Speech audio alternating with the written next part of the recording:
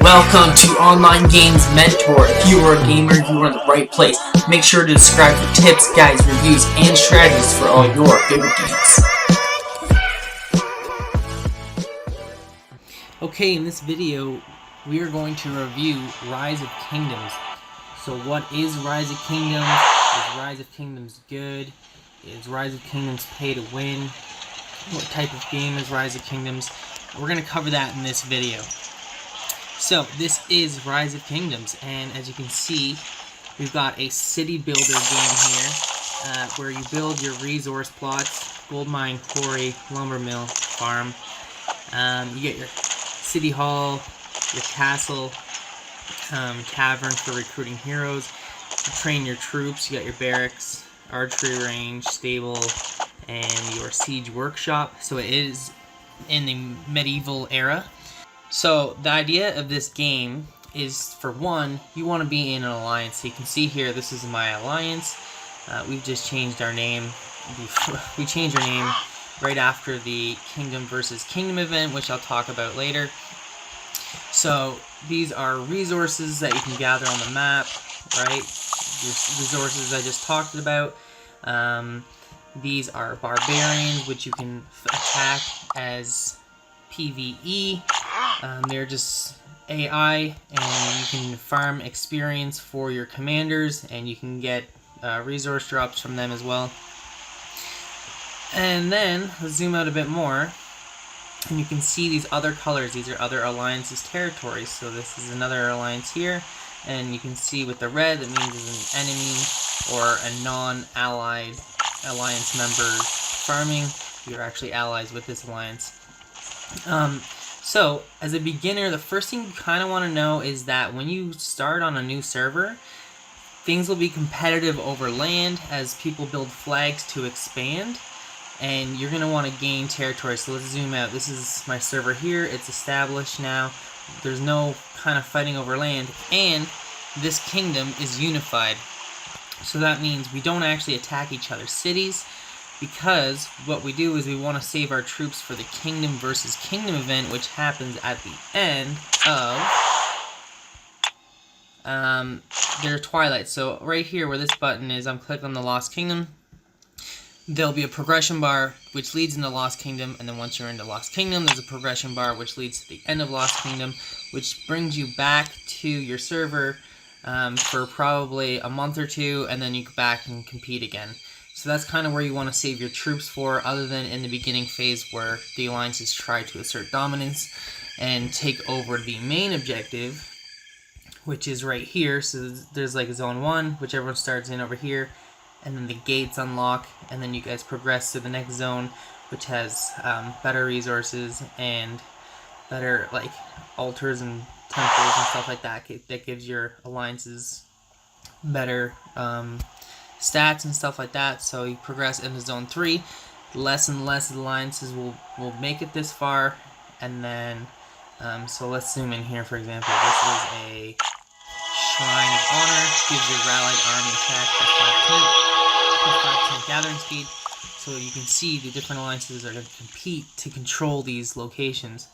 And then we finally moved to the very end, and only one alliance will end up with the Lost Temple. Currently my alliance has it, but we actually rotate it with another alliance as we share the leadership of this kingdom now, and then the leading alliance can give titles to different players. As you can see, these are our rulers up top, the king up top, and different titles give you different bonuses. So right now at the top of the screen, here's a prime example of that. One of our rulers just gave a member of the kingdom the architect title, so now he has a 10% building speed bonus, and they try to rotate titles to make our kingdom strong.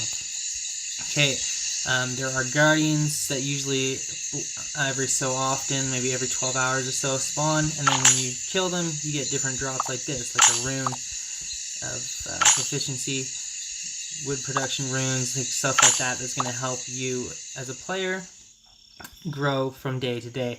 So you want to be collecting those runes daily to help you grow. So here we have our main quest line. I'm on the level 25 is the last City Hall level, and as you can see, I'm actually currently building to it right now. It takes quite a long time, and I'm researching it to the point to get tier 5 units. So what do I mean by tier 5 units? So let's go over here. So we've got tier 1, tier 2, tier 3, tier 4, and tier 5, which is obviously the strongest and takes quite a long time to go from tier 4 to tier 5. So is this a pay-to-win game? This is where this kind of matters, because there are tier 5 players. So everyone who started on the server, roughly, most people have tier 4 by now. If you don't have tier 4 by now, this far into the server, then you're pretty slow compared to everyone else.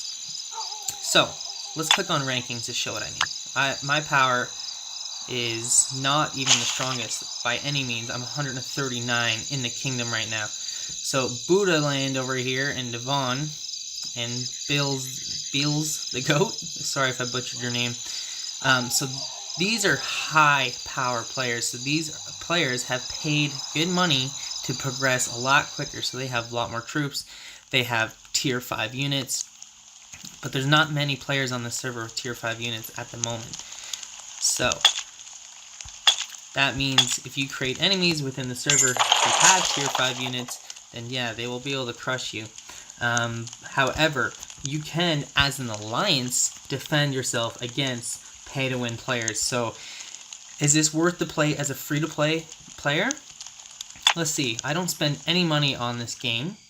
I have on other accounts, so this is now my 3rd account, so obviously I do like this game, but I haven't spent any money on this account. Okay, so let me show you this, my login history. So this is your VIP status. Every day you log in, you get points towards a higher VIP status, which you do not have to pay to make available to you. It's available to you daily. You just progress it to have better VIP stats. Like I said, it's free. However, you can pay money to help progress that quicker. So, my daily login consecutive days on this account is 152. So I do play this game daily. So I do love this game. It's awesome. As a free-to-play player, I still enjoy it. I think I can compete fairly against people who do pay good money to play. So in the tavern, these are like, you get daily silver chest and a gold chest, which is better. You get rewards for that. You have your hospitals to heal your troops. So the good thing I like about this game in particular, I think why I stuck with it so long and still do, is like, so these are troops over here, just sitting in the open. So if I were to fight him, even though he's my ally, so I can't. So right now I have everyone on friggin' gathering, as you can see. If I were to fight him in an open field like this, not at a city, I would be able to have my troops go to the hospital. So therefore, I'm not losing my troops, I just have to heal them. It'll take less time and less resources to get my troops back. However, if you go over your hospital limit, mine's at 184,000 right now, those troops will die. If you attack someone else's city, your troops do not go to the hospital, they die. Unless your commander has like a healing spell where you can kind of get a bit of your troops back. But most of them are going to die. So, the castle is where you can team up as an alliance to attack other players' cities, or barbarian forts, which is another AI type of thing you can do for rewards and stuff like that. So I'm trying to find a fort for you guys so you can see what I'm talking about. Oh, there's some in here. So here's a fort. So you can rally these forts. They suggest 1.2 million tier 4 troops to take this fort down. So you guys will rally together to do things like that, and that's pretty fun. So in this review video, guys, I'm going to give this game 5 out of 5. I've been playing it for a long time. I'm probably going to create more videos on this topic because I've been playing for such a long time. I do know a lot more than I'd say a beginner or average player. And I have a lot of strong allies who I talk to daily who know even more than I do. So if there are any questions that I don't know, I will get them answered for you. I hope you guys enjoyed this video. I will go more in depth in other topics, so if you do like this video, if you do like this game, And if you're curious about it, do like and subscribe to my channel, because I'm going to be covering some more of Rise of Kingdoms.